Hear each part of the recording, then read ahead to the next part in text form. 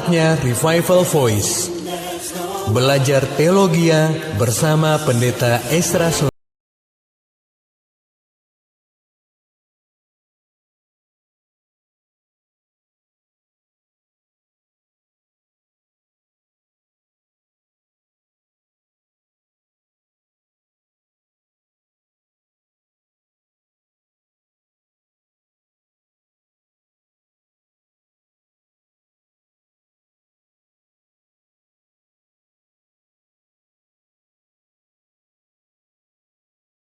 Revival Voice. Belajar teologia bersama Pendeta Esra Soru. Selamat malam kawan. Kembali lagi hari ini pukul jam 8. Kita ada di program Revival Voice. Dan ini adalah pertama kalinya Audrey membawakan program ini, dimana seperti kawan ketahui bahwa dalam program ini akan ditemani oleh Bapak Pendeta kita. Ada Bapak Pendeta Esra Soru yang akan menemani kita pada malam hari ini. Dan selamat malam Bapak. Selamat malam. Shalom. Shalom. Ya. Tuhan memberkati saudara. Amin. Dan untuk para pendengar SKFM yang terkasih, sebelum kita memulai acara Revival Voice ini, maka kita akan dipimpin oleh Bapak Pendeta Esra Soru untuk kita menghadap Tuhan dalam doa. Baik saudara pendengar, mari kita berdoa terlebih dahulu. Bapa kami dalam kerajaan sorga, kami mengucap syukur untuk hari ini. Tuhan masih memberikan nafas hidup bagi kami, dan malam ini juga kami bersyukur karena ada kesempatan bagi kami untuk belajar firman Tuhan lewat program Revival Voice ini. Kami serahkan program ini dari awal sampai akhir. Tuhan boleh pimpin kami, dan tolong kami juga semua yang bertugas di studio maupun semua pendengar yang memantau siaran ini dari pesawat radio maupun jaringan internet. Tuhan kiranya menolong sehingga siaran ini boleh ditangkap sejelas-jelasnya. Kami mohon Tuhan ampuni dosa dan salah kami sepanjang hari ini, supaya tidak menghalangi kami menikmati berkat firman Tuhan pada malam ini. Kami serahkan jam yang kami pakai ini, Tuhan pimpin kami. Dalam nama Yesus kami berdoa. Amin. Amin. Dan sambil menyambut acara dari program dari Revival Voice ini, maka kita akan menyambut dari lagu Sari Simorangkir dengan judul Kaulah Harapan. 96 SKFM, Suara Kupang, masih dalam program Revival Voice. Dan tadi adalah lagu dari Bams dengan judulnya tadi Betapa Jiwaku Haus Akan Engkau. Dan untuk itu, para pendengar Revival Voice, mari kita serahkan acara ini selanjutnya kepada Bapak Pendeta Esra Soru untuk memberikan khotbahnya. Bapak, silakan. Baik saudara pendengar, seperti dikatakan tadi, malam ini saya akan bahas satu tema, yaitu tentang kelahiran Kristus dari perawan. Dan ini adalah sebuah peristiwa penting yang tidak boleh dilupakan setiap kali kita merayakan Natal, yakni bahwa Kristus itu lahir secara ajaib dari seorang perawan. Nah, Alkitab menyaksikan ini secara jelas di dalam Lukas 1 ayat 31 dan 35. Dikatakan, sesungguhnya engkau akan mengandung dan akan melahirkan seorang anak laki-laki, dan hendaklah engkau menamai dia Yesus. Lalu ayat 35-nya, jawab malaikat itu kepadanya, Roh Kudus akan turun atasmu, dan kuasa Allah yang Maha Tinggi akan menaungi engkau. Sebab itu anak yang akan kau lahirkan itu akan disebut kudus, anak Allah. Nah, ini juga kita ucapkan berulang-ulang dalam pengakuan iman rasuli setiap kali kita pergi ke gereja setiap hari Minggu. Ada kata-kata dalam pengakuan iman rasuli, dan kepada Yesus Kristus, anaknya yang tunggal Tuhan kita, yang dikandung dari Roh Kudus, lahir dari anak darah Maria. Itu berarti bahwa fakta ini adalah sesuatu yang sangat penting bagi kristologi kita maupun juga bagi kekristenan kita. Sayangnya, doktrin ini mulai ditinggalkan oleh banyak teolog dan pendeta-pendeta liberal, dan menganggapnya sebagai sesuatu yang tidak penting, bahkan dongeng. Seorang pendeta namanya The James Kennedy dalam bukunya Solving Bible Mysteries, dia mengatakan, dari semua mujizat-mujizat dan misteri dalam Alkitab, mujizat kelahiran Yesus Kristus melalui perawan Maria sudah mengalami serangan yang paling galak. Anehnya, serangan-serangan yang paling bersikap memusuhi datang dari mereka yang menganggap dirinya ahli teologia dan pelayan-pelayan Injil, dengan mengaku bahwa mereka hanya ingin membersihkan semua yang berbau mistis atau dongeng dari kisah-kisah di dalam Injil. Saudara-saudara, semua penolakan ini berakar sebenarnya dari seorang teolog liberal asal Jerman namanya Rudolf Bultmann yang menulis sebuah buku New Testament Theology yang mengatakan bahwa sebenarnya ada banyak mitos, ada banyak dongeng di dalam cerita-cerita Alkitab. Lalu dia menawarkan sebuah program yang namanya demythologization untuk mengeluarkan dongeng-dongeng tersebut dari dalam Alkitab. Salah satu dongeng di dalam Alkitab yang menurut Bultmann adalah kelahiran Kristus dari perawan.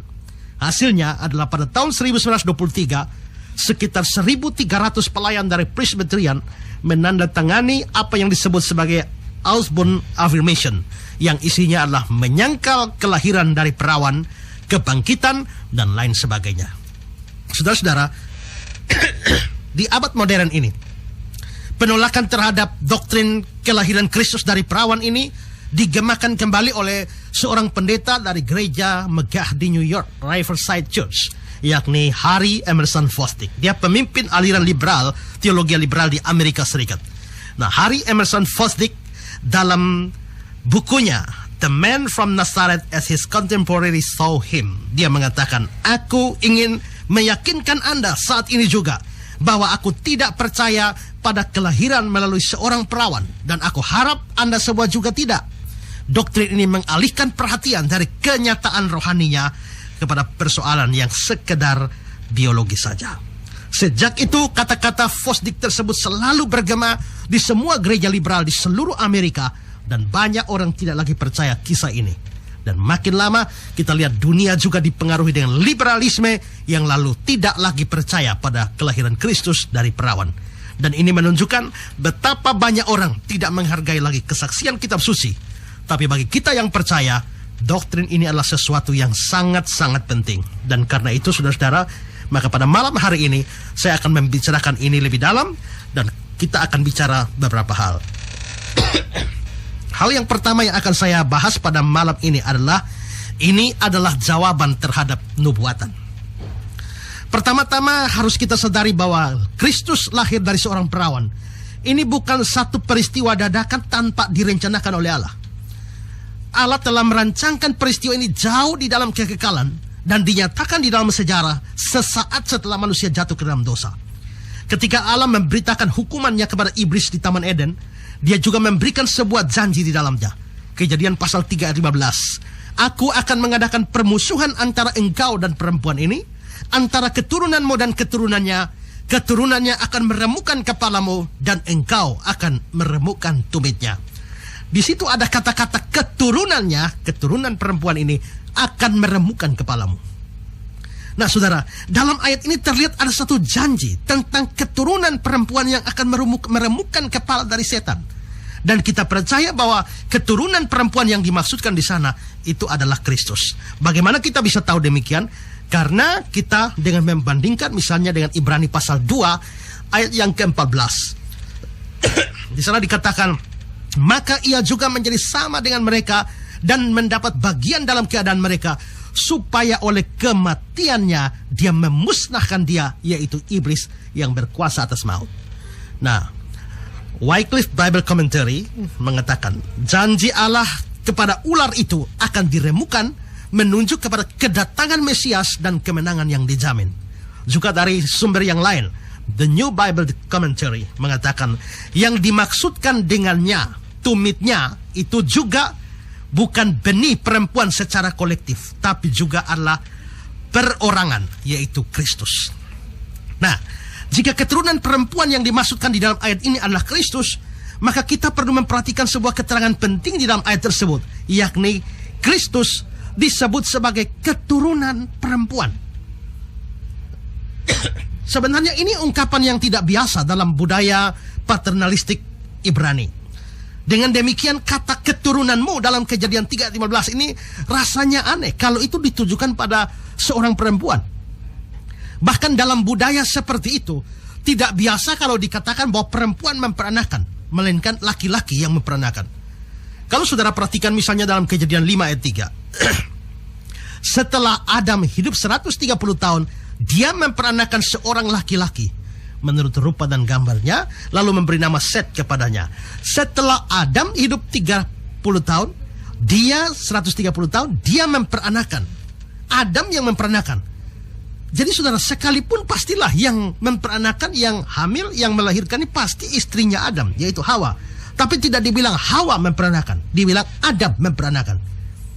Juga dalam ayat 21 Kejadian 5, setelah Henok hidup 65 tahun, dia memperanakan Metusala. Pasti istri Henok yang memperanakan. Tapi tidak dikatakan istri Henok yang memperanakan. Henoknya yang disebut memperanakan. Ayat 32, setelah Nuh berumur 500 tahun, dia memperanakan Sem, Ham, dan Yafet. Jadi, tentu yang dimaksudkan di sini adalah istri-istri mereka yang memperanakan, bukan mereka. Jadi perempuan tidak disebutkan, tapi penyebutan laki-laki sudah tercakup di dalamnya, penyebut di dalamnya adalah perempuan. Tapi dalam Kejadian 3:15 ini disebut keturunanmu, ini keturunan perempuan. Maka jelas ini tidak menunjuk adanya keterlibatan laki-laki di dalamnya. Dan dengan demikian ini hanya menunjuk pada keturunan dari perempuan saja. Dan ini pasti adalah nubuatan tentang kelahiran Kristus dari perawan.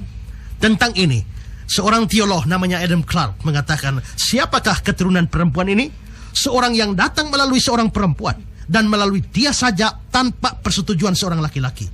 Oleh karena itu, ini tidak menunjuk pada Adam dan Hawa, tapi Hawa saja. Dan itu menunjuk pada tujuan Allah bahwa Yesus Kristus akan dilahirkan dari seorang perawan. Di sini kita melihat bahwa kelahiran Kristus dari seorang perawan sudah direncanakan Allah sejak semulanya dan diberitakan kepada Hawa. Dan planning ini juga lalu disampaikan kepada Nabi Yesaya. Yesaya 7:14. Sebab Tuhan sendirilah yang akan memberikan kepadamu suatu pertanda. Sesungguhnya seorang perempuan muda mengandung dan akan melahirkan seorang anak laki-laki, dan ia akan menamakan dia Immanuel. Terjemahan perempuan muda di sini kelihatannya tidak menunjukkan bahwa ini adalah seorang perawan. Tapi kata Ibrani yang dipakai di sini adalah almah, yang harusnya memang diterjemahkan perawan. Seorang namanya Gleason Archer dalam bukunya Encyclopedia of Bible Difficulties, dia mengatakan kata anak darah muncul 7 kali dalam perjanjian lama. Bahasa Ibraninya almah. Tidak pernah ditujukan kepada seorang perempuan yang telah kehilangan keperawanannya. Jadi ini jelas bicara tentang seorang perawan. Tapi kalau demikian, ayat ini menjadi sukar sekali untuk ditafsirkan karena Yesaya sebenarnya menunjukkan kalimat ini kepada Raja Ahaz. Yesaya pasal 7:12. Jadi Raja Ahaz akan mendapatkan sebuah tanda bahwa seorang perempuan, perawan, akan mengandung dan melahirkan seorang anak.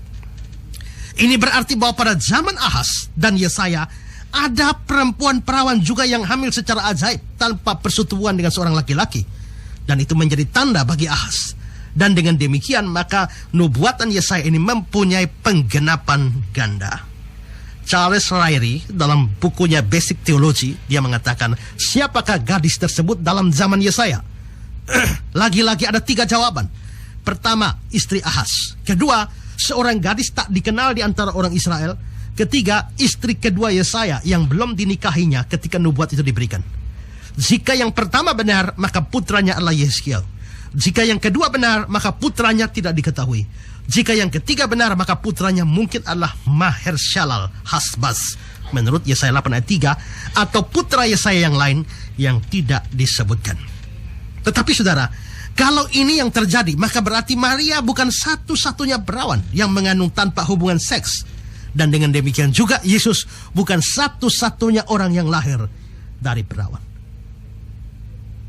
Pendeta Stephen Tong mengatakan, tetapi seorang anak darah, seorang yang tidak menikah dan tidak pernah bersetubuh dengan laki-laki, bisa melahirkan seorang anak laki-laki. Itu adalah mujizat.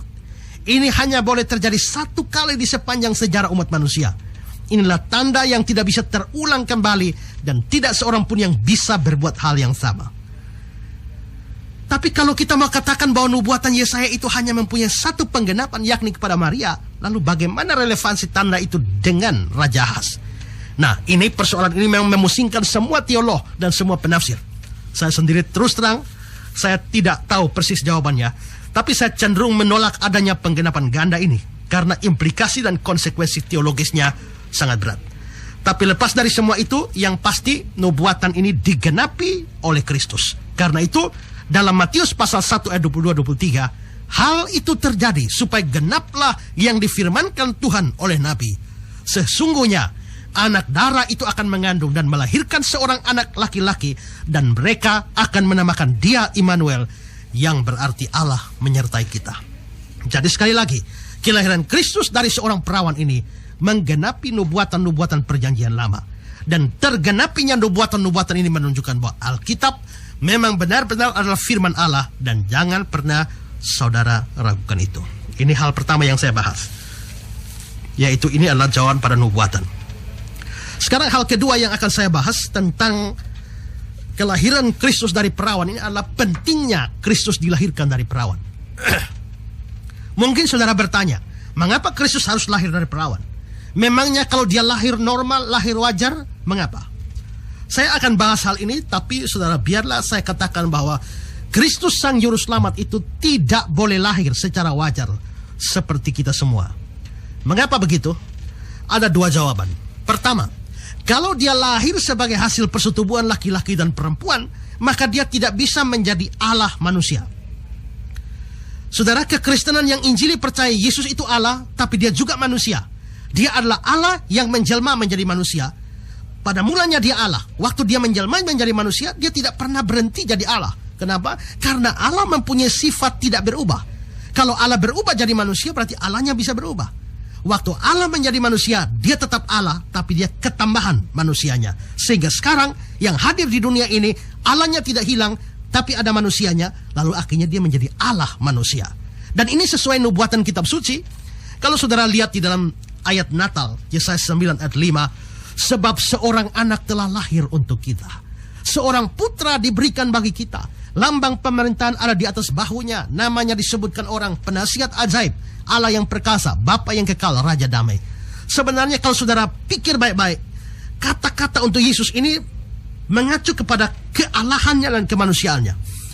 Coba saudara pikirkan, sebab seorang anak telah lahir untuk kita, itu Allah atau manusia? Itu pasti manusia, karena Allah tidak perlu lahir.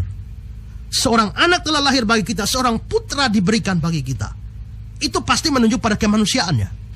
Tapi lalu kalimatnya bilang, namanya disebutkan orang penasihat ajaib, Allah yang perkasa, Bapa yang kekal, Raja damai.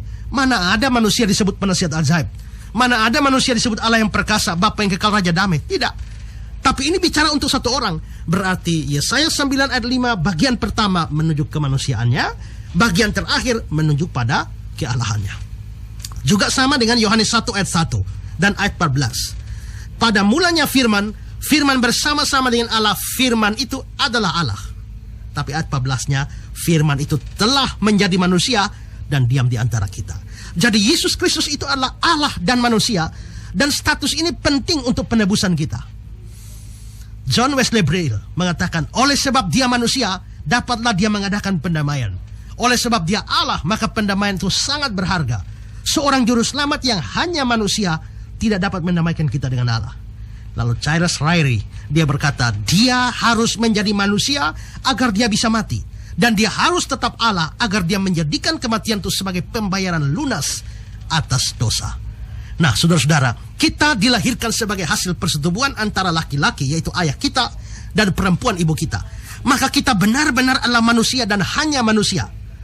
Jikalau Kristus lahir sebagai hasil persetubuhan laki-laki dan perempuan, lalu apa beda dia dengan kita? Dia akan menjadi manusia saja seperti kita. Tapi Alkitab berkata dia adalah Allah yang menjelma menjadi manusia, maka dia Allah manusia, dan karena itu dia perlu dilahirkan secara ajaib melalui seorang perempuan tanpa seorang laki-laki. Jadi dia harus lahir tanpa laki-laki supaya dia tetap Allah, tapi dia harus lahir dari perempuan supaya dia tetap manusia. Tanpa laki-laki tetapi harus perempuan, maka tidak bisa tidak, dia harus lahir dari seorang perawan. Jadi kelahiran Kristus dari perawan berguna untuk statusnya yang unik sebagai Allah manusia, di mana status ini berguna bagi penebusan kita. Ini jawaban pertama. Kedua, kalau dia lahir sebagai hasil persetubuhan laki dan perempuan, maka dia tidak bisa jadi juru selamat manusia. Mengapa dia tidak bisa jadi juru selamat manusia kalau dia lahir sebagai hasil persetubuhan laki dan perempuan?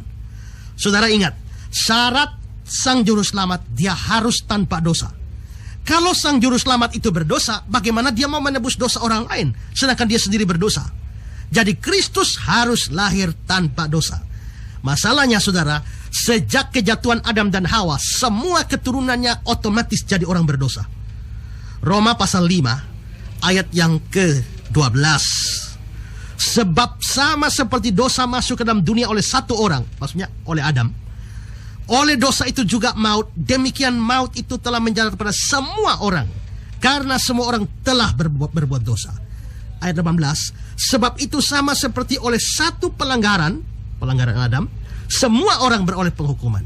Lalu ayat 19, jadi sama seperti oleh ketidaktaatan satu orang, ketidaktaatan Adam, semua orang menjadi orang berdosa.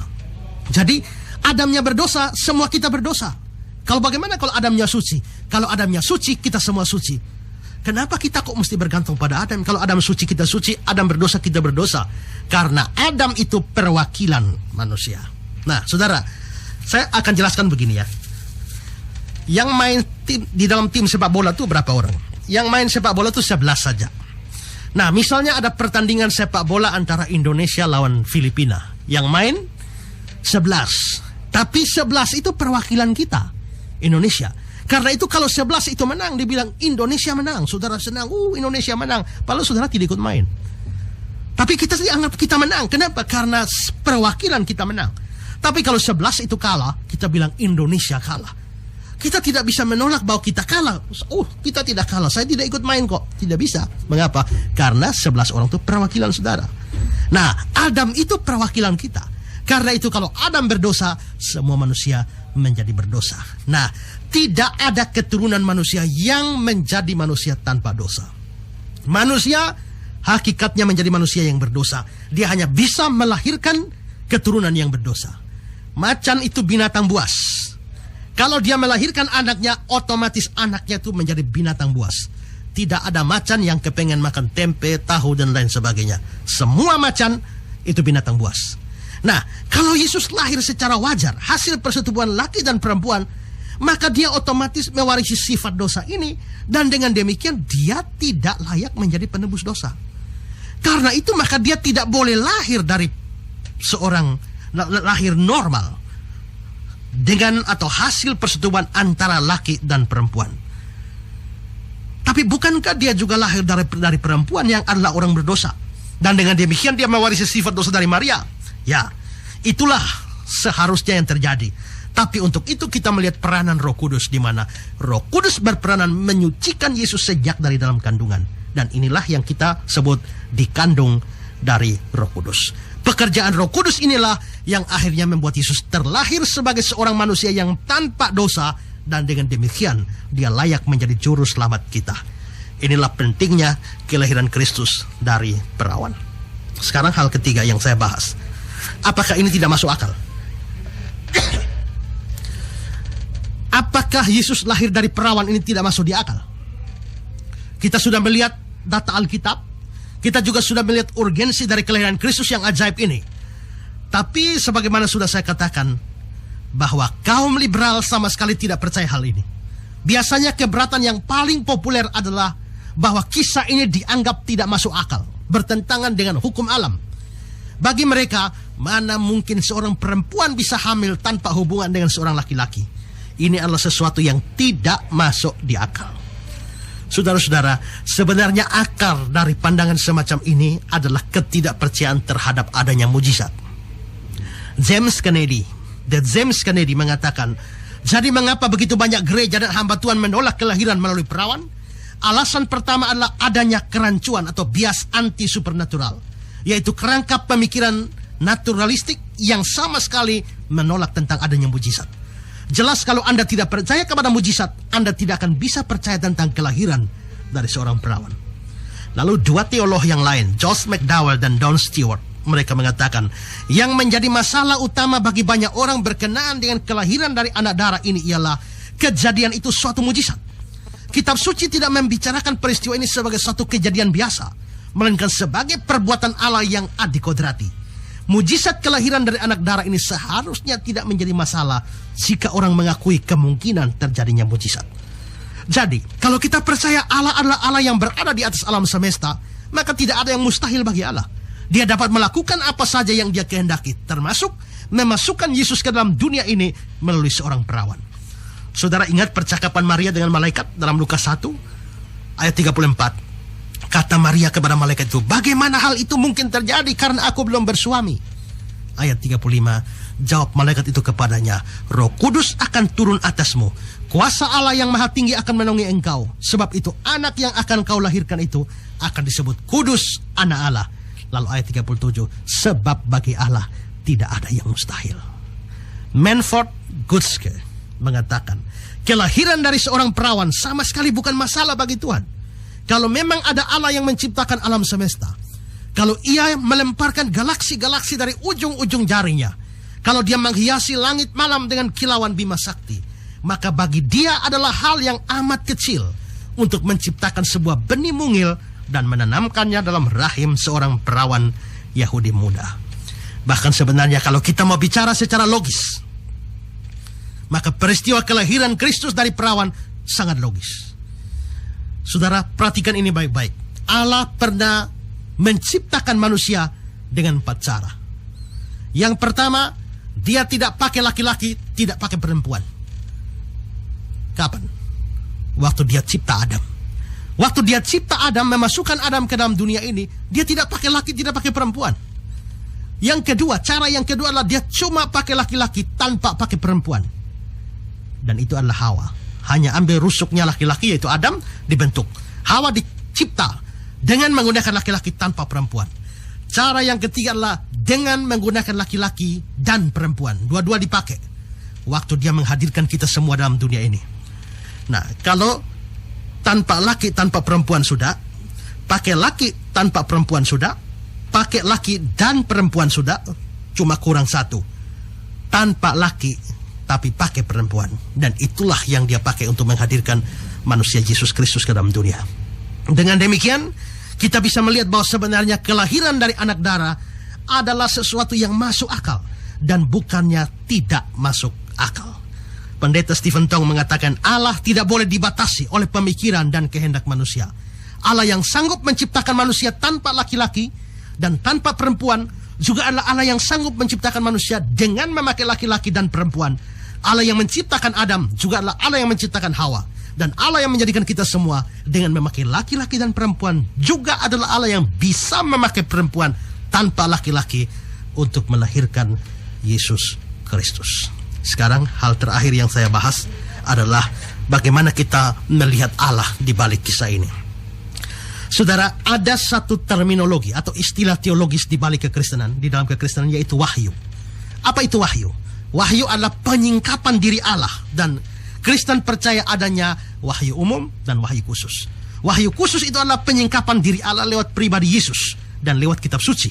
Dan karena itu maka kisah kelahiran Kristus dari perawan yang diceritakan dalam kitab suci, saya percaya itu mengungkapkan kepada kita sesuatu tentang Allah. Lalu sesuatu apa tentang Allah yang diungkapkan lewat peristiwa ini? Allah yang ditampilkan dalam kisah kelahiran Kristus dari perawan ini adalah Allah yang Maha Kuasa.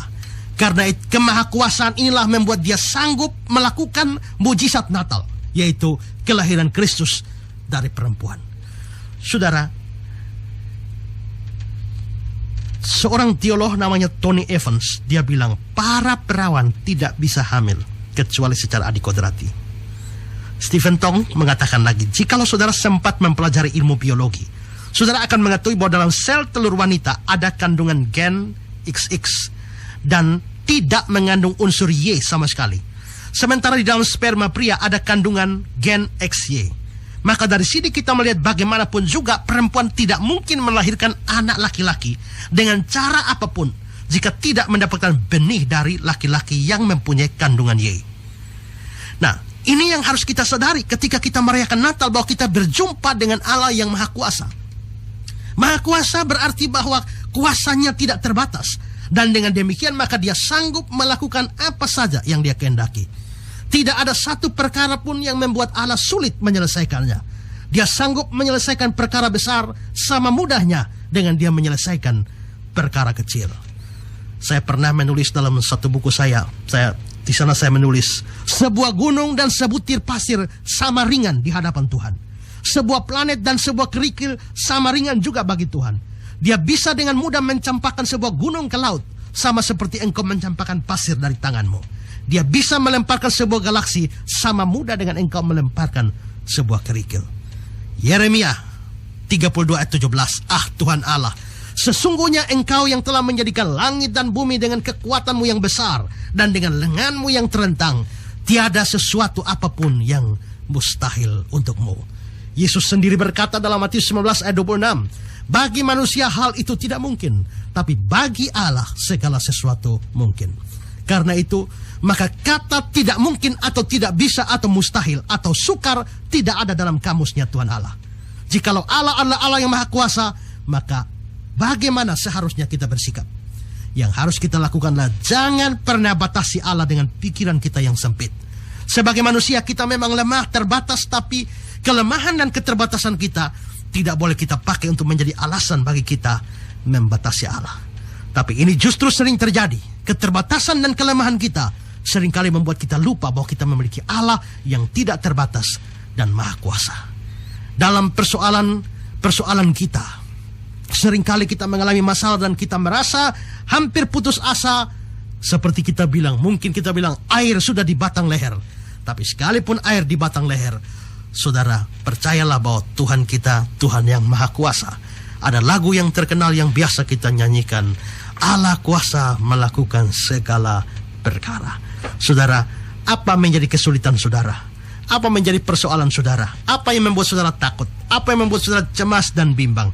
Apa yang membuat saudara ketakutan? Sadarlah bahwa waktu saudara merayakan Natal, saudara sementara berjumpa dengan Allah yang Maha Kuasa, yang sanggup melakukan segala perkara. Biarlah firman Tuhan ini boleh mempersiapkan saudara di dalam menyambut Natal tahun ini. Tuhan Yesus memberkati saudara. Amin. Amin. Iya. Untuk para pendengar SKFM di program Revival Voice ini sudah disampaikan khotbah dari Bapak Pendeta Ezra Soru bahwa Tuhan Yesus itu adalah Tuhan yang Maha Kuasa. Jadi apa yang manusia pikirkan itu tidak sama seperti apa yang Tuhan Yesus pikirkan. Kurang lebih seperti itu ya Bapak. Ya. Jadi anggapan bahwa manusia kenapa harus lahir dari anak darah perawan itu sudah dijelaskan secara detail oleh Bapak Pendeta Ezra Soru. Dan untuk para pendengar pujian malam pada malam hari ini, jika ingin ada yang bertanya seputar khotbah yang diberikan oleh Bapak Pendeta Ezra Soru, kawan boleh langsung saja SMS di 082144942696, atau mungkin ingin berbicara langsung dengan Bapak Pendeta Ezra, bisa langsung telepon di 0380-843-1166, atau bisa juga langsung komen di Facebook yang tadi sudah diposting di SKFM Suara Kupang. Dan Bapak Pendeta, ini ternyata sudah tadi ketika Bapak khotbah tadi sudah ada SMS yang masuk. Ini tidak ada namanya, tapi dia hanya mengatakan bahwa Shalom Bapak Pendeta. Yang ingin dia tanyakan, mengapa Alkitab tidak pernah mencatat kalau Yesus lahir pada tanggal 25 Desember, tapi mengapa para pendeta telah membohongi para jemaatnya? Saudara, memang Alkitab tidak bilang Yesus lahir 25 Desember. Tapi dari mana saudara mengatakan para pendeta membohongi? Saudara mesti mengerti definisi membohongi itu apa. Ya, definisi membohongi itu adalah ada sesuatu yang benar tapi disembunyikan, lalu yang dikatakan adalah yang tidak benar. Itu namanya membohongi. Nah, jadi karena itu maka saya kira definisi saudara membohongi itu salah. Ya. Nah, kalau Natal tanggal 25 Desember, nah itu saya kira hampir setiap kali edisi Natal saya jelaskan ya. Itu menjadi pertanyaan favorit kalau urusan Natal ya. Jadi Yesus, Alkitab tidak mencatat Yesus lahir 25 Desember, dan memang menurut saya Yesus tidak mungkin lahir bulan Desember. Mengapa? Karena bulan Desember itu adalah musim dingin di Israel, dan tidak mungkin gembala ada di padang pada bulan seperti itu. Jadi kalau begitu, itu kapan kira-kira, bulan apa Yesus lahir? Tidak ada yang tahu pasti. Ada yang memperkirakan itu sesuai dengan musim pengembalaan di Israel, itu antara bulan April, atau ada juga mengatakan bulan Oktober. Ya, tapi tidak pasti. Nah, kalau memang tidak pasti, mengapa orang merayakan Natal tanggal 25 Desember? Nah, ini saudara harus tahu bahwa waktu kita merayakan Natal 25 Desember, ditetapkan 25 Desember, orang-orang yang menetapkannya tidak pernah berpikir bahwa memang Yesus sungguh-sungguh lahir 25 Desember. Loh, kenapa bisa begitu? Karena begini, sepanjang abad-abad pertama, kedua, ketiga itu kekristenan ditindas luar biasa. Mereka menjadi sasaran untuk aniaya dari berbagai macam, terutama dari Imperium Romawi. Nah, lalu terjadi sesuatu. Selama ditekan, dianiaya sedemikian rupa, lalu terjadi sesuatu pada abad 4. Pada abad 4 ketika kaisar pertama Romawi menjadi Kristen, yaitu Kaisar Konstantin. Kaisar Konstantin menjadi Kristen. Nah, sekarang kaisarnya jadi Kristen. Lalu dia mengumumkan bahwa kekristenan menjadi agama resmi di Romawi. Nah, saudara, kalau kaisarnya Kristen, agama resminya Kristen, kira-kira pegawainya apa? Kalau tidak Kristen, kehilangan jabatan, maka berbondong-bondonglah banyak orang jadi Kristen. Pada sebenarnya mereka masih kafir. Pikiran mereka masih kafir, hati mereka masih kafir. Tradisi mereka masih kafir, tapi demi jabatan dan lain, keamanan dan sebagainya, mereka lalu memeluk agama Kristen. Karena itu kalau kaisarnya pergi ke gereja, bagaimana mereka tidak pergi ke gereja? Maka mereka juga pergi ke gereja. Nah, dari sinilah muncul orang-orang Kristen KTP yang hanya KTP-nya Kristen, tapi hati dan pikiran mereka sebenarnya masih kafir. Nah, mereka punya kepercayaan asli pada waktu itu adalah menyembah dewa matahari yang namanya Dewa Mitra. Nah, Dewa Mitra ini dipercaya lahirnya tanggal 25 Desember. Nah, Dewa Mitra ini lahirnya tanggal 25 Desember. Nah, lalu tiap tanggal 25 Desember orang-orang kafir ini merayakan satu pekan penuh. Mereka merayakan hari lahirnya Dewa Mitra ini yang disebut sebagai Festival Saturnalia. Nah, yang puncaknya 25 Desember. Pada waktu 25 Desember merayakan kelahiran Dewa Mitra, mereka pergi ke pohon-pohon cemara, lalu mereka bakar lilin di sana dan sebagai menyambut hari kelahiran Dewa Matahari. Nah, orang-orang ini hari-hari yang lain mereka ada di gereja, tapi pas 25 Desember mereka pergi menyembah kafir. Setelah itu kembali ke gereja lagi. 25 Desember lagi pergi ke Saturnalia lagi. Ulang-ulang seperti itu. Lah pemimpin-pemimpin gereja mengatakan, ini orang-orang kalau hari yang lain ada di Kristen, pas 25 Desember pasti pergi menyembah Dewa Matahari. Bagaimana caranya kita membuat supaya mereka tidak pergi lagi ke sana? Caranya adalah kita gereja mesti punya perayaan tandingan. Nah, kalau gereja membuat perayaan tandingan 5 Oktober. Nanti kalau 5 Oktober mereka hadir di gereja, 25 Desember mereka lagi ke Saturnalia. Karena itu maka dipikirkan supaya mereka mesti memilih, maka kita paskan perayaan gereja pas 25 Desember sesuai dengan hari Saturnalia, supaya mereka mesti pilih. Kalau pergi ke gereja, tidak pergi lagi ke Saturnalia. Kalau pergi ke Saturnalia, tidak pergi ke gereja. Nah, lalu disitulah dimulai. Semua disamakan. Jadi pertama, 25 Desember disamakan tanggalnya. Lalu kedua, di sana mereka merayakan apa? Mereka merayakan kelahiran Dewa Matahari. Kita punya Yesus Kristus sebagai terang dunia. Kita juga rayakan kelahirannya 25 Desember. Di sana mereka buat apa? Bikin pohon cemara lalu bakar lilin. Kita juga bikin pohon cemara, bakar lilin.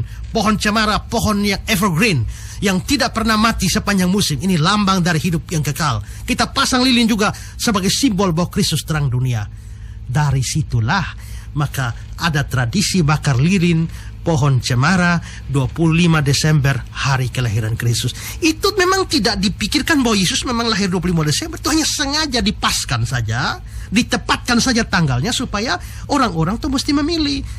Kalau mau ikut Natal, jangan Saturnalia. Kalau mau Saturnalia di sana, jangan ikut Natal. Tidak bisa habis Natal Saturnalia, habis Saturnalia Natal lagi. Nah, jadi itu alasannya. Jadi memang kalau Natal, dari situ lalu muncul tradisi Natal sampai hari ini 25 Desember. Tapi itu bukan berarti bahwa Yesus memang lahir sungguh-sungguh 25 Desember. Jadi itu latar belakang sejarahnya seperti itu. Karena itu salah kalau saudara mengatakan pendeta-pendeta membohongi saudara. Ya, mungkin ada banyak pendeta juga tidak tahu mengapa 25 Desember. Tapi yang pasti itu berarti mereka tidak tahu, bukan membohongi. Tidak tahu dan membohongi itu beda artinya. Ya. Iya, jadi mudah-mudahan apa yang Bapak Pendeta Ezra sudah sampaikan itu bisa menjadi satu jawaban ya Bapak, bahwa memang bukan pendeta yang membohongi, tapi memang itu adalah satu momen atau satu waktu yang dipaskan supaya orang yang percaya akan Tuhan Yesus itu mereka tahu untuk menempatkan diri mereka. Kurang lebih seperti itu ya Bapak Pendeta. Iya.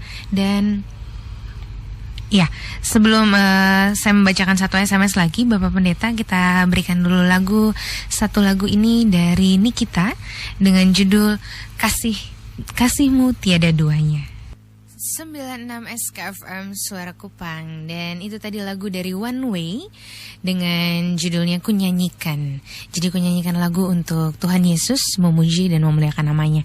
Dan Bapak Pendeta, kembali lagi kita ke SMS yang sudah masuk Bapak. Ini adalah mungkin seorang perempuan tapi dia tidak mencantumkan namanya. Dia mengatakan bahwa Shalom Bapak Pendeta, yang ingin saya tanyakan adalah di saat kita menikah dalam keadaan yang tidak sempurna atau hamil, apakah ini juga dikatakan hal yang kudus? Mungkin Bapak Pendeta bisa langsung menjawabnya. Terima kasih. Ya, kalau sudah hamil ya tidak bisa disebut kudus lah, ya. Iya. Jadi saya kira hanya itu saja. Hanya itu saja, tidak bisa dikatakan kudus kalau sudah dalam keadaan hamil. Betul. Ya.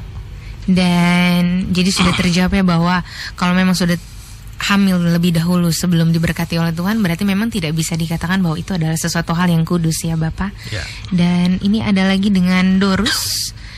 Katanya Shalom Bapak Pendeta, ini dengan Dorus yang ingin dia tanyakan adalah mengapa Tuhan Yesus selalu mengajarkan itu menggunakan perumpamaan?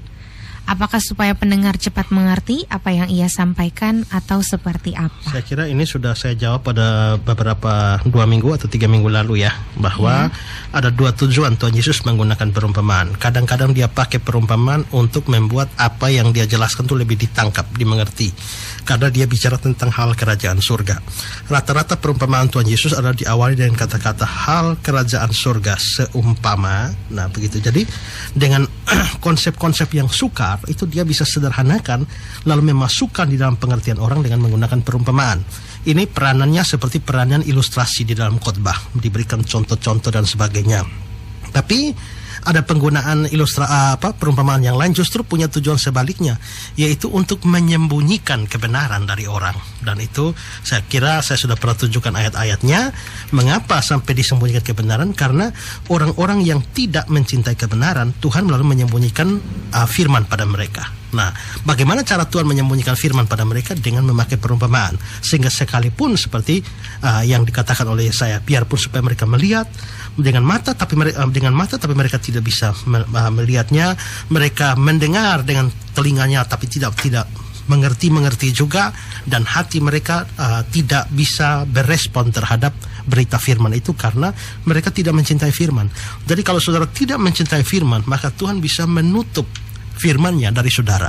Tapi kalau saudara punya kerinduan firman, maka Tuhan akan membuka kebenaran-kebenaran sehingga saudara makin hari makin mengerti firman Tuhan. Iya. Baik, itu adalah jawaban dari Bapak Pendeta. Jadi perumpamaan itu digunakan oleh Tuhan Yesus sebagai cara untuk dia menyampaikan firman-Nya kepada anak-anaknya, seperti itu ya Bapak. Dan ini ada lagi dengan Risna Bapak di TDM. Katanya Shalom Bapak Pendeta, Risna ingin bertanya, mengapa di dalam Alkitab pendeta itu tidak dituliskan, sedangkan penatua, diaken, dan pengajar ditulis di dalam Alkitab? Terima kasih katanya. Ya memang ya, tidak ada kata-kata pendeta di dalam Alkitab. Diaken itu lebih kepada pelayan meja, sedangkan kata untuk yang dipakai sebenarnya itu adalah pastor. Ya, pastor itu yang memang kata yang tepat untuk menerjemahkan itu. Tetapi pada waktu reformasi, ketika reformasi Protestan, pada waktu itu kan pastor kan banyak dipakai oleh Roma Katolik. Iya. Nah, pada waktu itu, karena itu pada waktu reformasi Protestan, lalu orang-orang Protestan pada awal ini hanya untuk membedakan dari Roma Katolik, lalu mereka tidak mau menggunakan pastor, tapi mereka menggunakan referen yang seringkali itu ref. Ya, singkatannya adalah ref. Nah, jadi semacam berbeda dengan pastor. Lalu ketika masuk ke Indonesia lalu dipengaruhi dengan bahasa Sanskerta. Nah, itu pendeta itu adalah pandita, itu dalam bahasa Sanskerta. Jadi itu semacam suatu upaya kontekstualisasi saja dengan menggunakan bahasa lokal, sehingga lalu menjadi dari pandita itu menjadi pendeta, yang dalam bahasa Sanskerta itu menuju kepada orang yang mempunyai pengetahuan yang banyak, lalu dia menjadi penasihat bagi banyak orang. Nah, itu pandita itu seperti itu. Nah, lalu akhirnya orang melihat ini pemimpin agama ini sebagai orang yang mempunyai pengetahuan banyak, lalu menjadi berhikmat, lalu memberi nasihat bagi banyak orang, maka kata itu dipinjam, sehingga tapi akhirnya kita bisa lihat bahwa kata itu sudah mendunia, sehingga lalu muncul kata-kata pendeta. Tapi sebenarnya kata pastor itu lebih cocok dengan bahasa aslinya. Ya. Baik, itu jawaban untuk Krisna di TDM ya, bahwa bukan berarti nama pendeta tidak disebutkan di dalam Alkitab. Jadi pendeta itu bukan sesuatu hal yang asal-asalan ya Bapak ya.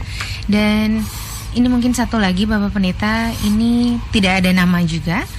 Katanya, Shalom, selamat malam Bapak Pendeta.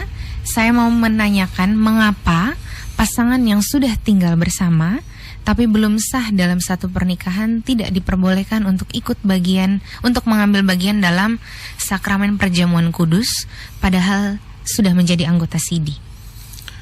Begini ya, bahwa syarat kita masuk ke dalam perjamuan kudus, pertama orang itu harus sudah sungguh-sungguh orang percaya. Betul. Kalau dia bukan orang percaya, dia tidak boleh ambil bagian dalam perjamuan kudus. Betul. Kedua, orang itu kalau biarpun dia sudah orang percaya, dia mesti dibaptis dulu. Kalau belum baptis tidak boleh ikut perjamuan kudus. Karena apa? Dalam perjanjian lama ada 2 sakramen, yaitu sunat dan paskah.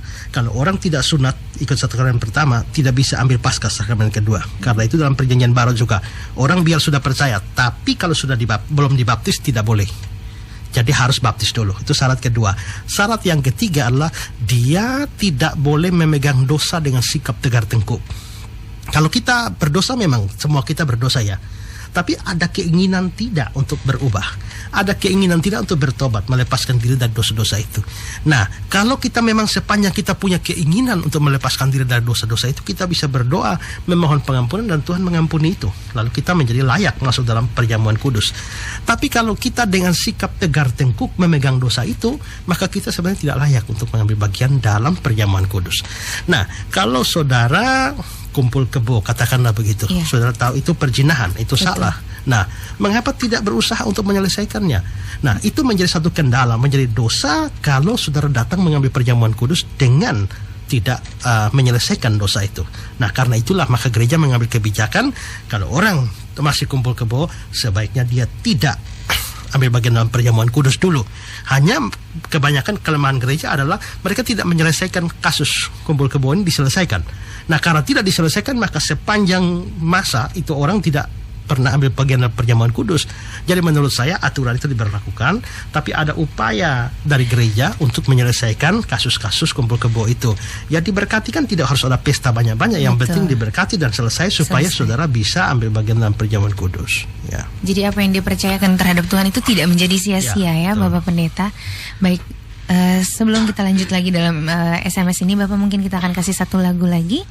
Ini lagu yang berikutnya dengan judul Terpujilah Tuhan. Dan untuk para pendengar SKFM, kalau yang mau untuk bertanya lebih lanjut dengan Bapak Pendeta, kita masih punya banyak waktu. Jadi kawan bisa langsung SMS saja di 082144942696, atau bisa berbicara langsung dengan Bapak Pendeta Esra Soro di 03808431166. 96 SKFM Suara Kupang masih dalam program Revival Voice bersama dengan Bapak Pendeta Esra Soro. Dan Bapak Pendeta, mungkin kita bisa lanjut lagi ya dengan sesi tanya jawab ini. Tadi sebelumnya Audrey dengan Bapak Pendeta sempat menanyakan, tapi mungkin akan lebih diperjelas lagi oleh Bapak Pendeta. Jadi ini masih dalam pertanyaannya tentang ajaran. Katanya, Shalom Bapak Pendeta, ini dengan Doros lagi. Dia ingin bertanya, jadi sepertinya dia tertarik ingin banyak bertanya Bapak. Mungkin kita jawab telepon dulu ya Bapak, minta maaf. Halo, Shalom, selamat malam. Shalom, selamat malam. Iya, dengan siapa, di mana? Sama Bunga. Bunga di mana? Bunga di Sikumana. Sikumana, iya. Boleh langsung bertanya dengan Bapak Pendeta, silakan. Shalom Bapak. Shalom. Ya, ini mau bertanya ini. Beta kan punya pacar Bapak. Nah, terus rencananya mau menikah tahun depan. Tapi dari pihak keluarga laki-laki minta supaya beta harus hamil duluan karena takutnya sudah dapat penerus. Dia punya saudara laki-laki yang lain juga begitu toh. Jadi menurut Bapak Karmana? Begini ya, itu tadi saya sudah sempat singgung bahwa kalau orang hamil lebih dulu, nah itu jelas adalah satu dosa. Dan ingat ada hukum ke-6, itu jangan ada hukum Tuhan itu ya, jangan berzina ya. Nah, jangan berzina itu hukum yang terlalu serius di hadapan Tuhan sampai di dalam perjanjian lama itu diancam dengan hukuman mati ya, diancam dengan hukuman mati. Jadi itu sebenarnya adalah dosa yang besar di hadapan Tuhan. Dan karena itu kalau pihak keluarga laki-laki mau menyuruh hamil lebih dulu, menurut saya pihak keluarga laki-laki itu tidak beres ya. Nah, kalau saudara memang orang takut Tuhan, jangan pernah takut untuk menolak. Kalaupun menolak dan mereka memutuskan untuk tidak jadi menikah, Tuhan pasti akan berikan saudara orang yang lain. Nah, kita dalam hal ini kita harus mengingat kata-kata firman Tuhan di dalam Kisah Para Rasul pasal yang ke-29.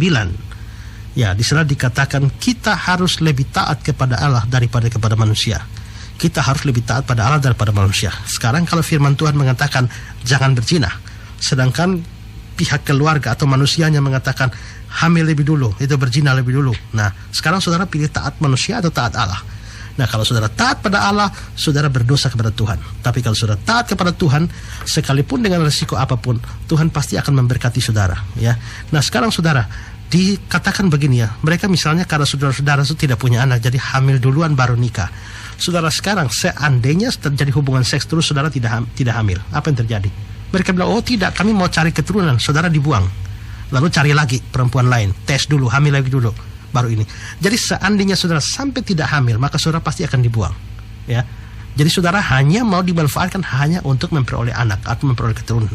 Menurut saya itu gelagat tidak bagus. Jadi seharusnya saudara jangan menuruti sama sekali dan lebih memilih taat kepada Allah daripada taat kepada manusia yang jelas-jelas melanggar firman Tuhan. Saya tidak tahu keluarga laki-laki itu agama Kristen atau bukan ya, tapi kalau mereka agama Kristen, menurut saya itu keterlaluan ya kalau sampai ada orang agama Kristen malah menyarankan seperti itu. Jadi saudara harus kembali berpegang pada firman Tuhan daripada kepada kata-kata manusia ya. Iya. Dan untuk Bunga minta maaf tadi sempat kami langsung putuskan teleponnya karena memang harus dijawab oleh Bapak Pendeta dan tadi sempat agak bising. Dan mudah-mudahan untuk Bunga mungkin harus lebih berserah diri lagi kepada Tuhan supaya imannya diperkuat ya Bapak ya.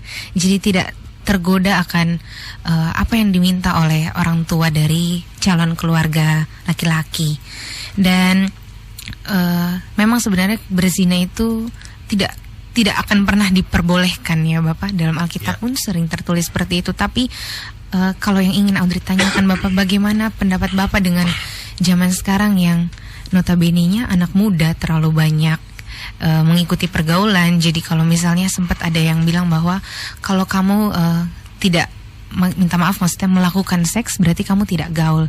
Jadi hanya untuk hubungan pergaulan yang eksis mereka melakukan itu dan meninggalkan Tuhan. Menurut Bapak apakah itu menjadi satu maksudnya hambatan untuk mereka atau mungkin apa yang membuat mereka sehingga mereka lepas daripada Tuhan? Ya, memang ini gaya hidup ya, gaya hidup dan firman Tuhan sendiri sudah menubuatkan bahwa menjelang akhir zaman ya, menjelang akhir zaman itu akan terjadi banyak tanda dan salah satu tanda yang akan terjadi adalah moral manusia itu semakin bejat.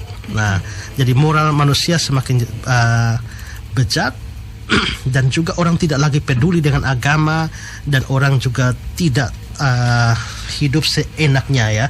Saya kira seperti kata-kata firman Tuhan bahwa pada zaman-zaman terakhir itu orang hidup dalam moral yang bejat. Saya kira saya bisa tunjukkan ayatnya dalam 2 Timotius 3 ayat 1-5 sampai 5 ya. Ketahuilah bahwa pada hari-hari terakhir akan datang masa yang sukar. Manusia akan mencintai dirinya sendiri dan menjadi hamba uang. Mereka akan membual, menyombongkan diri, mereka menjadi pemfitnah, mereka akan berontak terhadap orang tua, mereka tidak tahu berterima kasih, mereka tidak mempedulikan agama, tidak tahu mengasihi, tidak mau berdamai, suka menjelekkan orang, tidak dapat mengekang diri, garang, tidak suka yang baik, suka mengkhianat, tidak berpikir panjang, berlagak tahu, lebih menuruti hawa nafsu daripada menuruti Allah. Ayat 5, secara lahiriah mereka menjalankan ibadah mereka, tapi pada hakikatnya mereka memungkiri kekuatannya. Jadi di situ ada kata-kata mereka itu akan mereka tidak mempedulikan agama. Di ayat yang kedua, lalu di ayat yang keempat mereka lebih menuruti hawa nafsu daripada menuruti Allah. Nah, dari situ itu memang ciri-ciri kehidupan manusia di zaman akhir sebagaimana kata firman Tuhan. Jadi memang di sini kita memang hidup dalam zaman seperti ini, masa yang sukar, dan karena itu maka sangat disayangkan kalau ada banyak anak muda Kristen justru terseret ke dalam cara hidup seperti ini. Nah, disinilah kita harus penting pegang pada firman Tuhan di dalam Roma pasal yang ke-12 ayat yang kedua, dibilang begini, janganlah kamu menjadi serupa dengan dunia ini, tapi berubahlah oleh pembaharuan budimu sehingga kamu dapat membedakan mana kehendak Allah, mana apa yang baik, apa yang berkenan pada Allah dan yang sempurna. Jangankan urusan hubungan seks ya, tapi kawin laki dengan laki, perempuan dengan perempuan itu dilegalkan. Nah, saudara bisa bayangkan, kita tidak pernah membayangkan ini sekian tahun yang lalu, tapi itu menjadi atas nama hak asasi manusia, lalu mereka melakukan perbuatan-perbuatan yang melawan Tuhan. Jadi menurut saya memang semua itu adalah gejala menuju pada akhir zaman. Ya. Baik, terima kasih untuk Bapak Pendeta Ezra. Jadi untuk yang tadi sudah bertanya untuk bunga, mudah-mudahan apa yang disampaikan oleh Bapak Pendeta itu bisa terjawab semuanya. Dan ini Bapak melanjutkan pertanyaan yang tadi sempat terputus dari Dorus. Dia mau bertanya, apakah sebenarnya ajaran hyper grace itu dan apakah Alkitabiah? Jadi yang dimaksud dengan ajaran hyper grace itu seperti apa? Karena ada yang bilang bahwa Alkitabiah dan ada juga yang bilang bahwa itu adalah ajaran yang sesat. Ya, sebenarnya apa tuh grace? Grace itu anugerah. Nah, anugerah itu berbicara tentang pemberian dari Allah kepada seseorang yang dia tidak layak untuk menerimanya. Jadi kalau saudara kerja di kantor, lalu tiap bulan saudara dapat gaji, itu bukan anugerah. Itu memang gaji. Itu upah. Tapi kalau saudara tidak kerja apa-apa, diam tok di rumah, setiap bulan ada orang datang nih kasih 5 juta, nah itu anugerah, gitu. Itu anugerah. Tidak lihat diri orangnya.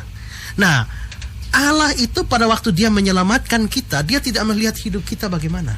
Ya, dia tidak menuntut kamu harus jadi orang baik lalu kamu masuk surga.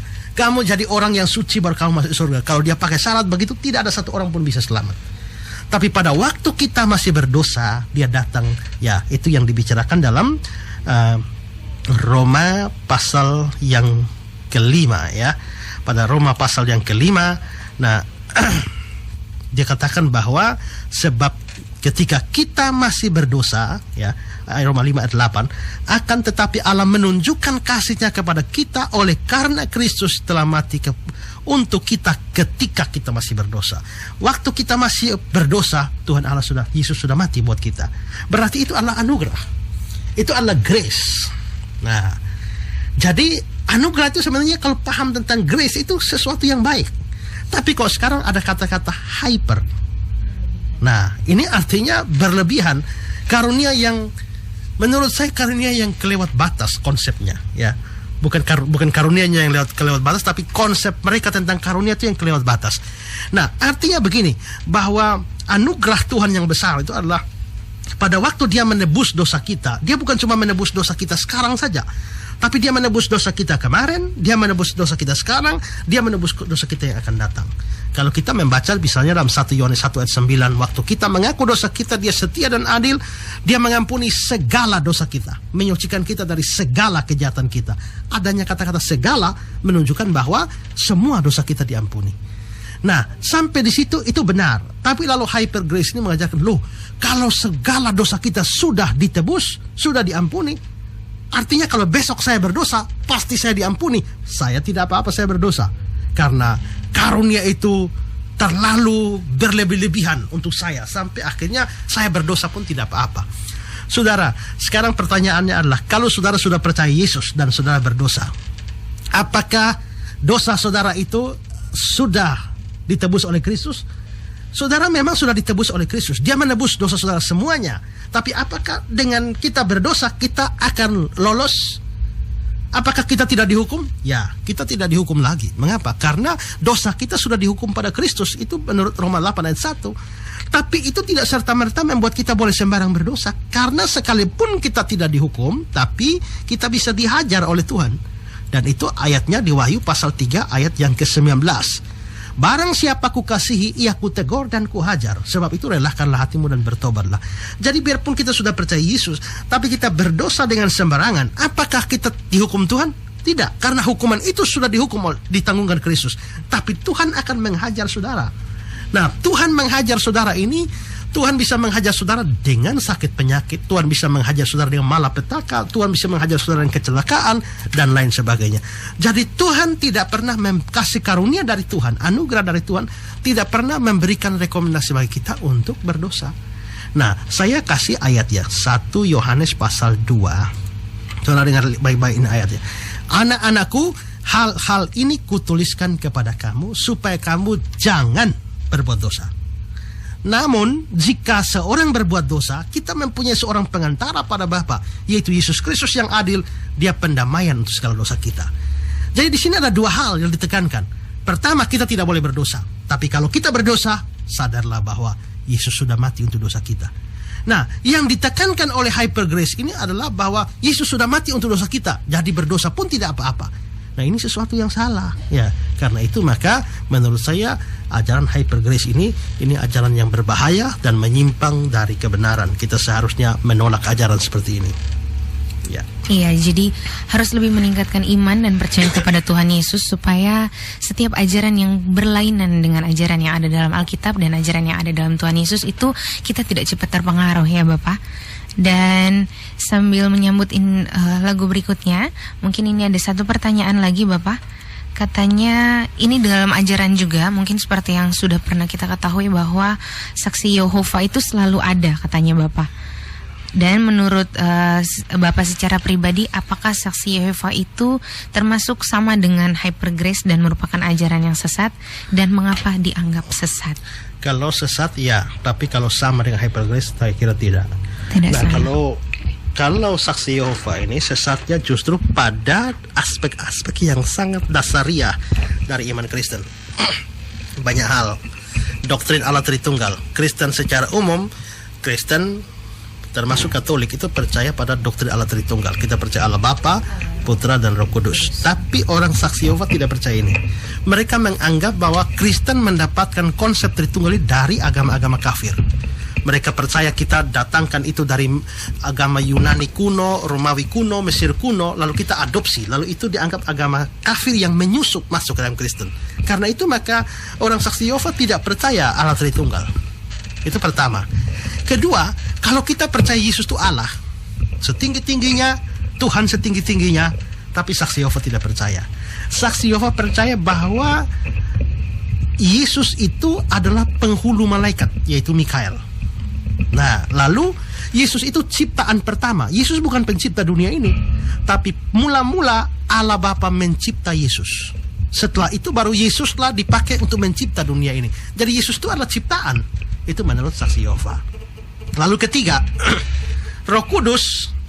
Kalau kita percaya Roh Kudus itu adalah satu pribadi lain di samping Bapa dan Roh Kudus dan Yesus, tapi saksi Yehova ini tidak percaya bahwa Roh Kudus itu adalah satu pribadi. Tidak. Dia percaya Roh Kudus itu semacam tenaga atau kekuatan. Jadi seperti listrik begitu ya. Kekuatannya listrik. Nah, ini kekuatannya Allah itu namanya Roh Kudus. Nah, karena itu maka mereka menyebut Roh Kudus sebagai tenaga aktif. Nah, saksi Yehova punya Alkitab sendiri. Dalam bahasa Inggris disebut New World Translation, atau dalam Alkitab dalam versi Indonesia disebut Terjemahan Dunia Baru. Jadi kalau saudara lihat orang menulis lalu di belakang dia dalam kurung dia taruh TDB, itu pasti orang saksi Yehova. Terjemahan Dunia Baru. ya. Nah, mereka punya, misalnya kita punya kejadian 1 ayat yang kedua, bumi belum berbentuk dan kosong, dan roh Allah melayang-layang di atas permukaan air. Di dalam Alkitab terjemahan Dunia Baru dia bilang tenaga aktif Allah melayang ke sana kemari. Nah, jadi mereka punya ini. Lalu berikut soal neraka, mereka tidak percaya ada neraka. Ya, mereka tidak percaya ada neraka. Terus bagaimana? Musnah saja. Begitu orang mati, musnah. Ya. Tapi juga mereka percaya surga. Mereka percaya surga, tapi yang masuk surga ini cuma 144.000 orang. Surganya terlalu kecil, ya. Jadi hanya tampung 144.000 saja. Jadi saudara jangan berpikir bahwa saksi Yehova yang ada sekarang nih berharap masuk surga. Tidak, mereka tidak harap masuk surga karena surga sudah penuh. Nah, terus sekarang mereka mau masuk mana? Kalau orang mati, kalau dia bukan saksi Yehova, dia raib, hilang. Sedangkan mereka yang saksi Yehova ini, mereka akan masuk dunia. Mereka percaya bahwa dunia yang sekarang ini Tuhan akan baharui. Tuhan akan baharui menjadi Firdaus di bumi. Nah, mereka yang saksi Yehova ini akan hidup di Firdaus di bumi, tapi tidak masuk surga. Nah, kita yang bukan saksi Yehova dimusnahkan. Nah, itu konsep mereka. Ya, lalu masih banyak lagi. Mereka menolak transfusi darah, ya, menghormat kepada simbol-simbol negara dianggap berhala dan lain sebagainya, dan masih banyak. Itulah sebabnya pernah terjadi dalam sejarah Indonesia, mereka dilarang di Indonesia. Tapi karena atas nama hak asasi manusia pada zaman Presiden Gus Dur dulu, akhirnya larangan mereka dicabut, sehingga mereka sekarang menjadi organisasi legal juga di Indonesia. Tapi kalau mereka berbakti, mereka tidak berbakti, tempat kebaktiannya bukan nama gereja, tapi balai kerajaan saksi-saksi Yehova. Yaitu kira-kira sekilas tentang ajaran-ajaran saksi Yehova. Iya, jadi mudah-mudahan apa yang disampaikan oleh Bapak Pendeta tentang saksi Yehova itu memang sebenarnya ajaran yang tidak sama dengan ajaran yang ada di dalam Alkitab. Saya tambahkan juga, iya, boleh. Mereka anti merayakan ulang tahun. Bagi mereka merayakan ulang tahun itu kafir. Ada pantangannya berarti ya, Bapak? Ya, jadi karena merayakan ulang tahun tidak boleh, maka merayakan Natal juga tidak boleh. Tidak boleh. Jadi orang saksi Yehova tidak merayakan Natal dianggap kafir. Kalau tapi merayakan Natal, mereka itu termasuk dalam lingkup Kristen. Nah, itu masalahnya. Masalahnya adalah karena ada penolakan dari kekristenan. Seharusnya kalau memang mereka berbeda seperti itu, sebaiknya mereka agama sendiri saja. Betul. Ya, jangan masuk dalam ini. Tapi ternyata sampai sekarang belum, sehingga secara terpaksa diterima masuk ke dalam bimas Kristen di kantor agama. Tapi sebenarnya kekristenan menolak karena mereka secara frontal berbeda. Dengan kepercayaan Kristen. Baik, terima kasih Bapak Pendeta. Dan untuk pertanyaan yang berikutnya nanti akan kami bacakan lagi setelah lagu dari Frankie Sihombing dengan judul Bagai Raja Wali. Dan ini adalah salah satu pertanyaan terakhir sebelum program ini ditutup. Ini dia yang menanyakan Bapak Pendeta, apakah berdosa jika menolak jabatan sebagai diaken karena saya merasa belum pantas untuk memegang jabatan dalam pelayanan tersebut oleh karena saya tidak menikah kudus. Jadi dia menanya apakah dia berdosa jika dia mengambil jabatan jika dia menolak jabatan sebagai diaken. Maksudnya saudara tidak nikah kudus ini bagaimana? Masih kumpul kebo begitu ya? Iya, mungkin. Kalau memang masih begitu, memang sebaiknya saudara jangan menerima itu, karena pelayanan saudara itu, kalau saudara lihat di dalam surat 1 Timotius itu ada begitu banyak persyaratan bagi orang-orang yang menjadi penatua, diaken dan lain sebagainya. Itu syaratnya banyak, dan karena itu nanti itu akan menjadi batu sandungan dalam pelayanan saudara. Bagaimana saudara akan menghadapi jemaat dengan kasus begitu? Lalu saudara mau nasihat apa? Waktu saudara mau nasihat, mereka bilang, lah ibu saja sama dengan saya, bapak saya sama dengan saya. Nah, maka jadi susah. Jadi karena itu maka seharusnya hal-hal menurut saya jangan diterima sampai saudara betul-betul membereskannya. Sampai saudara membereskan, dan kalau saudara sudah menyelesaikan itu, sudah memohon ampun kepada Tuhan, maka tentu tidak ada persoalan lagi ya. Tapi kalau saudara belum membereskan, itu akan menjadi batu sandungan di dalam pelayanan saudara. Ya. Ya, jadi harus benar-benar siap secara mental dan secara batin ya Bapak, ya, untuk menerima, karena itu adalah tugas dan tanggung jawab yang cukup berat untuk kita memuji dan memuliakan Tuhan ya. Saya kira dalam 1 Timotius pasal 3 tuh ya, dia bilang begini, Karena itu penilik jemaat haruslah seorang yang tak bercacat, suami dari satu istri, dapat menahan diri, bijaksana, sopan, suka memberi tumpangan, cakap mengajar orang, bukan peminum, bukan pemarah, melainkan peramah, pendamai, bukan hamba uang, seorang kepala rumah tangga yang baik, disegani dan dihormati anak-anaknya, dan seterusnya. Ya, dan masih banyak bagian Alkitab yang lain. Itu semua syarat-syarat penting. Artinya Alkitab menekankan etika dan moral Kristen itu dengan secara baik untuk orang-orang yang mau melayani. Nah, kalau kita tidak punya itu, maka itu akan menjadi senjata bagi orang untuk tidak menerima pelayanan kita, menjadi batu sandungan. Betul. Terima kasih untuk Bapak Pendeta Esra Soru dan untuk pendengar SKFM atau kawan yang sudah mendengarkan siaran Revival Voice dari jam 8 hingga saat ini. Minta maaf kalau misalnya kami tidak bisa melanjutkan baca SMS-nya, tapi minggu depan Bapak Pendeta Esra Soru akan hadir kembali di program Revival Voice mulai dari jam 8 sampai dengan jam 10. Jadi kalau kawan masih punya pertanyaan yang lain, bisa ditanyakan kepada Bapak Pendeta pada minggu depan di hari Kamis. Untuk mengakhiri program acara pada malam hari ini, maka Bapak Pendeta akan bawa kita dalam doa. Silakan. Ya, mari kita berdoa. Tuhan, kami bersyukur karena kami boleh pakai waktu 2 jam ini untuk belajar firman Tuhan, baik melalui pemberitaan firman-Mu maupun juga session tanya jawab. Kami berdoa biarlah apa yang sudah dibagikan ini boleh berguna bagi semua pendengar, terutama mempersiapkan mereka di dalam menyambut Natal yang akan datang beberapa saat lagi. Terima kasih Tuhan. Kami berdoa untuk semua pendengar, Tuhan memberkati mereka semua dan memberikan mereka dengan pengertian firman Tuhan semakin cinta akan kebenaran. Kami berdoa juga untuk radio ini, Tuhan memberkati radio ini dengan semua manajemen, semua kru penyiar yang ada, juga Pak Morton Lahi, kami taruh dalam tangan Tuhan. Tuhan memberikan kesehatan kepada mereka semua, beri semangat di dalam bekerja, dan biarlah mereka juga boleh bersuka cita karena mereka boleh dipakai juga untuk memberkati banyak orang melalui siaran-siaran radio ini. Semua pengembangan radio ini kami taruh dalam tangan Tuhan supaya makin hari suara Kupang ini makin meluas dan makin menjadi berkat bagi banyak orang. Terima kasih Tuhan. Kami kembalikan semua untuk hormat dan kemuliaan bagi nama Tuhan. Dalam nama Yesus kami berdoa. Amin. Ya, dengan doa yang sudah disampaikan oleh Bapak Pendeta, maka berakhir pula acara program daripada Revival Voice ini, dan nanti berikutnya akan dilanjutkan oleh Cerita Malam dengan Little Joe. Dan untuk kawan pendengar setia 96 SKFM, kalau suka musik, suka SKFM.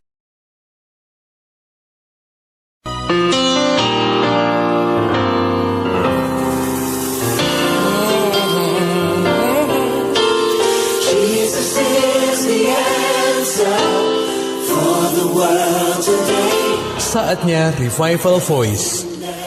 Belajar teologia bersama Pendeta Esra Soru.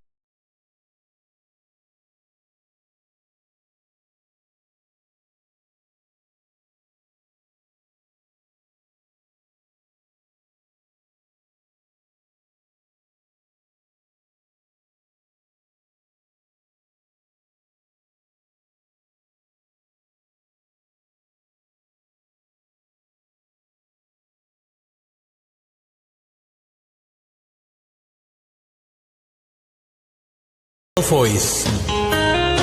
Belajar teologia bersama Pendeta Esra Soru.